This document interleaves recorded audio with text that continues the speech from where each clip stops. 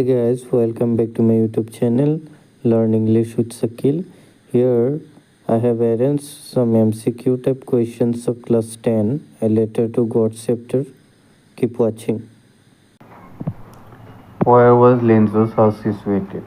Top of a hill. What was the only thing that the earth needed according to Lenzo? A shower. Where did Lenzo expect the downpour to come from? Northeast. What did Lenzo compare the large raindrops with? New coins. Which crop was growing on Lenzo's fields? Corn. What destroyed Lenzo's fields? Hailstorm. The field looked as if it were covered in salt. Lenzo compared the quantum of damage with plague of locust.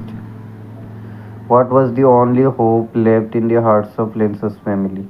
Help from God. How did Lenzo decide to contact his last resort? Through a letter. Second part will be coming soon, and subscribe my YouTube channel to